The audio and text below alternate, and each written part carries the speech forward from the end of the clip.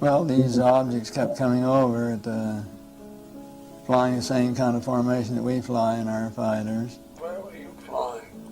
We were flying in Germany, and we were flying F-86s.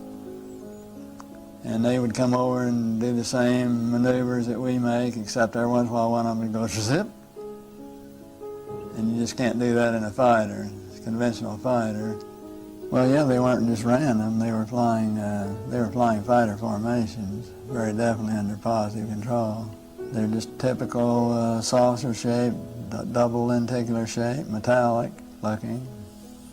I think they were definitely piloted vehicles, each one with the pilot in it, and very definitely in communication with one another, because they would have flights of more than 4. They'd have flights of maybe 12 or 16 all across, and when they make a turn, they'd cross the flights in under, and they had to be in communication. But this time I was involved in the research and development and doing very classified programs myself, at the test center. So I knew that we didn't have any vehicles of that kind, and I was 99 9/10% sure that the Russians didn't have any of that type either. So at that point in time, there was no doubt in my mind that this vehicle was made at some other place than here on Earth. In my opinion, I think they were worried that it would panic the public if they knew that someone had vehicles that had this kind of performance way back right after World War II, a period of time.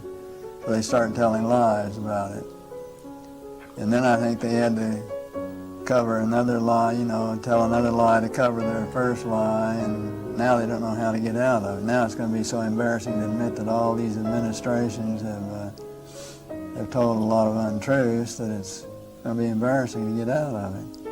6 years later, Cooper again encountered a UFO. This one definitely was not a weather balloon. While supervising flight testing in Edwards Air Force Base, his military camera crew actually filmed an unidentified saucer-shaped object landing near the site. As they were sitting there filming, a little saucer came from, I say little saucer, it was a saucer, came flying over their heads, put down 3 little landing gear and landed right out on the dry lake bed. And they picked up their cameras and started over toward it, filming as they went.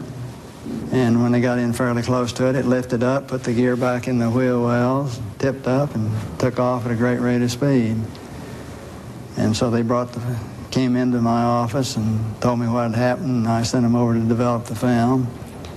And then had to go through all the proper regulations of reporting this, and we wound up having to send the film forward to Washington in the base jet airplane, and I don't know whether anyone's ever seen it since.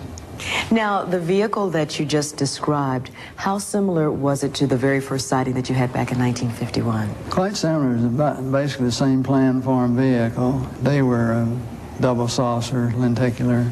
But if you're going to be going in and out of atmospheres like Earth or other places might have, you certainly need a little more aerodynamic type of vehicle.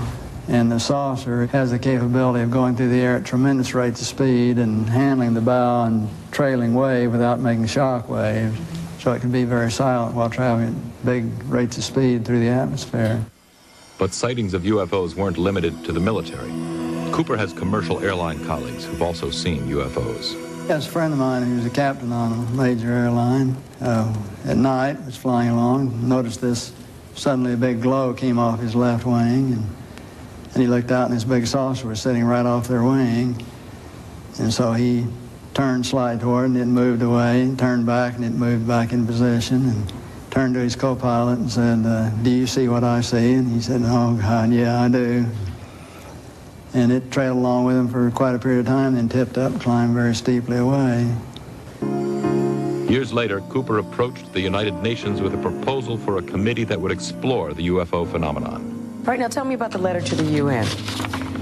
Well, the letter to the UN was in conjunction with a meeting that I had with Kurt Waldheim and the Security Council of the UN to try to encourage the UN to establish a committee to start comparing notes and data and information and to really look into all of this from an unbiased, neutral point of view. Here's a quote from your letter. I believe that these extraterrestrial vehicles and their crews are visiting this planet from other planets and are obviously a little more advanced than we are here on Earth. And are you saying that's exactly why governments have been trying to keep this information private, because of that obvious advancement? Very possibly, right.